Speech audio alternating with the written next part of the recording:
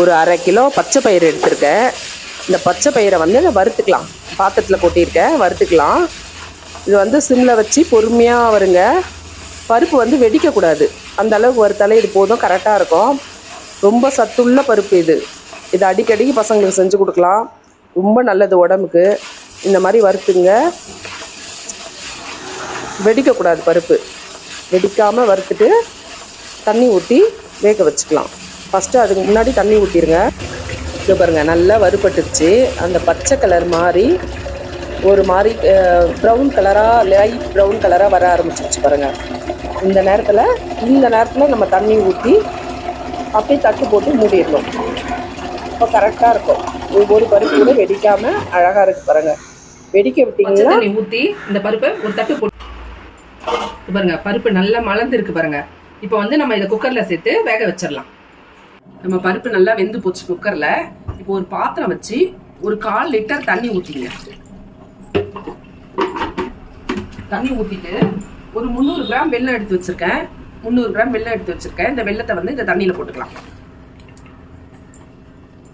இந்த வெல்லம் வந்து கரையிட்டோம். கடாயை வச்சு கொஞ்சம் நெய் விட்டு கொஞ்சம் முந்திரி எடுத்து வச்சிருக்கேன். அந்த முந்திரியை வறுத்துக்கலாம்.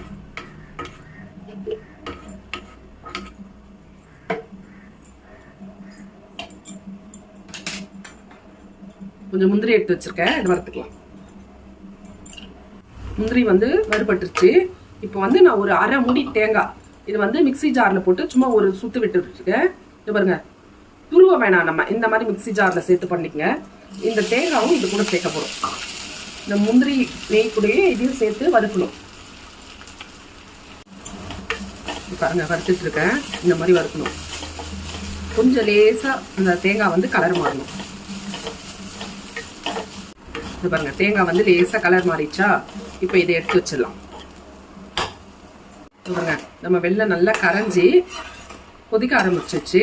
இது வந்து இது ரொம்ப கொதிக்க விடாதீங்க, பாகா மாறிடும். இப்போ வந்து நம்ம பருப்பு வேக வச்சோம் இல்லையா, அது பாருங்க நல்லா சூப்பராக வந்துருச்சு பாருங்க. இப்போ இந்த பருப்பு எடுத்து இதில் போட்டிக்கலாம். இந்த வெல்லத்து கூடவே போட்டுடலாம். இதில் சும்மா ஒரே ஒரு கரண்டி பருப்பு எடுத்து இதை கூட போட்டுங்க. மிக்சி ஜாரில் போட்டு சும்மா ஒரு சுத்து விட்டு இது கூட ஊற்றிங்க. எண்ணெய்க்கு பாருங்க, அரைச்சிட்டு வந்துட்டேன். இப்போ இதை போட்டு இது கூட கலந்துக்கலாம். நம்ம வெள்ளை தண்ணி கூட பருப்பு சேர்த்து நல்லா கொதிக்க விட்டோம், கொதிச்சுட்டு இருக்கு. இப்போ நம்ம தேங்காய் முந்திரி வறுத்து வச்சோம் இல்லையா, இதை இது கூட சேர்த்துப்போம். டேஸ்ட் இது வேற லெவலில் இருக்கும்.